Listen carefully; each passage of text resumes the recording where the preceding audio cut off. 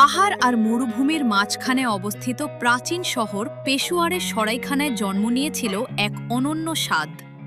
ধীরে রান্না করা গরুর মাংস, দই, বাদাম আর সুগন্ধি মশলার মিশেলে তৈরি হয়েছিল সেই ঐতিহ্যবাহী পদ, যা আজ আমাদের কাছে পরিচিত বিফ পেশোয়ারি নামে।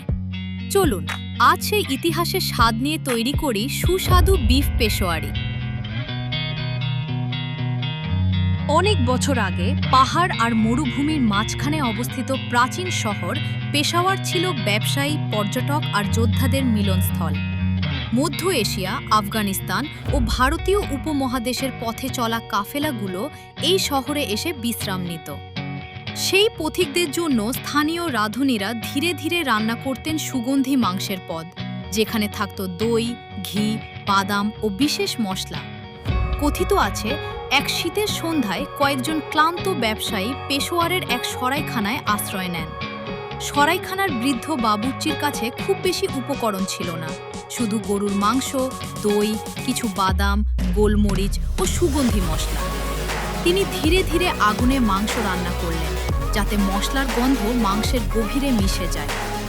রাতের ঠান্ডায় সেই গরম মাংসের ঝোল খেয়ে পথিকরা মুগ্ধ হয়ে জিজ্ঞেস করলেন, এই খাবারের নাম কি? বৃদ্ধ হাসলেন এবং বললেন, এটি পেশোয়ারের স্বাদ, তাই একে পেশোয়ারি বলে। পেশোয়ারি শব্দটি এসেছে পেশাওয়ার শহরের নাম থেকে। পেশোয়ার বহু শতাব্দী ধরে আফগান, মুঘল ও মধ্য এশিয়ার খাবারের প্রভাবে সমৃদ্ধ একটি অঞ্চল। এখানকার রান্নায় সাধারণত মাংস, বিশেষ করে গরু বা খাসি, দই, বাদাম ও শুকনো ফল, সুগন্ধি মশলা ধীরে ধীরে রান্না করার পদ্ধতি ব্যবহার করা হতো।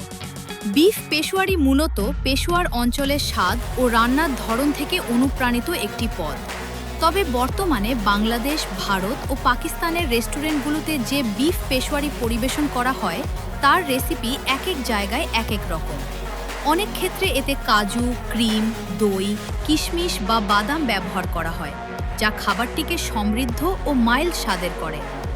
কোনো নির্দিষ্ট লোককাহিনী বা কিংবদন্তি, যেমন কোনো রাজা, নবাব বা বিশেষ ঘটনার সঙ্গে সরাসরি বিফ পেশোয়ারির উৎপত্তির গল্প ঐতিহাসিকভাবে সুপরিচিত নয়, বরং এটি পেশোয়ার অঞ্চলের খাবারের ধারা ও স্বাদের প্রভাব থেকে গড়ে ওঠা একটি নাম।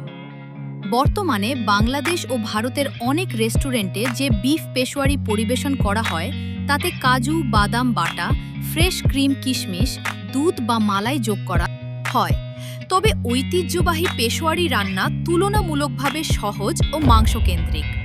পেশোয়ার দীর্ঘদিন ধরে বিভিন্ন সংস্কৃতির মিলনস্থল হওয়ায় এখানকার খাবারে আফগান ও মধ্য এশীয় রান্নার প্রভাব দেখা যায়। এজন্য অনেক পেশোয়ারি খাবারে বাদাম, শুকনো ফল ও হালকা মশলার ব্যবহার লক্ষ্য করা যায়। পেশোয়ারি রান্নায় সাধারণত কম কিন্তু সুগন্ধি মশলা ব্যবহার করা হয়। মাংস ধীরে ধীরে রান্না করা হয়। দই, ঘি, বাদাম ও ক্রিম জাতীয় উপাদান ব্যবহৃত হয়। ঝালের চেয়ে মাংসের নিজস্ব স্বাদকে বেশি গুরুত্ব দেওয়া হয়। বিফ পেশোয়ারি সাধারণত নান, রুমালি রুটি, তন্দুরি রুটি, পরোটা, পোলাও এর সঙ্গে পরিবেশন করা হয়। সময়ের সঙ্গে সেই স্বাদ সীমান্ত পেরিয়ে বিভিন্ন দেশে ছড়িয়ে পড়ে। স্থানভেদে রেসিপিতে যোগ হয় কাজু, বাদাম, ক্রিম, কিশমিশ ও আরও নানা উপাদান। আজ আমরা যে বিফ পেশোয়ারি খাই, তা সেই প্রাচীন পেশোয়ারি রান্নার ধারা থেকে অনুপ্রাণিত একটি সমৃদ্ধ পদ। পেশোয়ার অঞ্চলের রান্নায় ধীরে রান্না করা মাংস, কম কিন্তু সুগন্ধি মশলা এবং সমৃদ্ধ উপাদানের ব্যবহার বিশেষভাবে লক্ষ্য করা যায়। পেশোয়ারের ঐতিহ্যবাহী স্বাদ আর আমাদের রান্নাঘরের ভালোবাসা মিলিয়ে তৈরি হলো আজকের বিফ পেশোয়ারি।